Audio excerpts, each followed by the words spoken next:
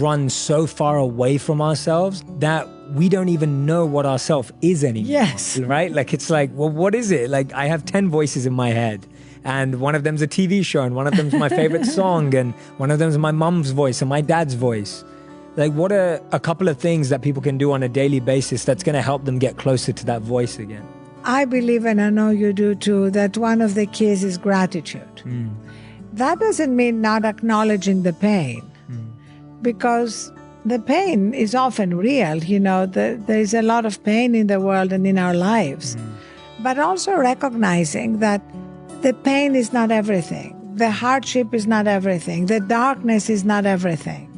And being able to hold, when we are going through a hard time, these two realities in our hearts as well as our heads at the same time. Yes.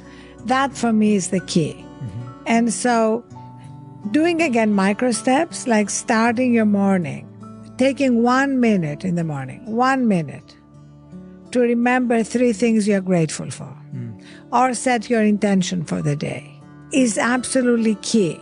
If you don't have 1 minute, you don't have a life. And the majority of people go directly to their phone first thing in the morning. And you don't know what you're going to see. Yeah, no, not at all. And so suddenly, the cortisol hormone, the stress hormone, floods your body before you have even gotten out of bed. So how you start your day is absolutely key. Yeah. And so is how you end your day. Yeah. Every day is a mixture of good things and bad things happening. You know, I've never had a day which was all amazing. No. Well, maybe 1 or 2, but you know, it's not the norm. Of course.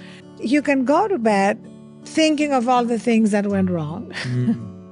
Or you can go to bed and thinking of all the things you're grateful for. Yes.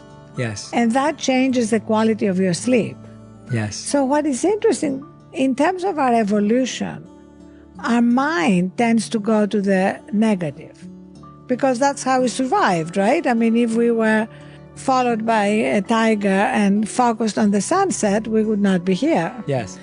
Right now, we continue to live in this fight or flight mode, even though there aren't a lot of tigers around. Definitely not. And that's what we need to change. Absolutely. And I love what you're saying, because actually I think when I lived as a monk for 3 years, one of the biggest principles we talked a lot about was how when we are asked to be grateful for something, we only remember the positive. Whereas actually, a lot of the times when we've been in our greatest pain, that's been the greatest path to our potential.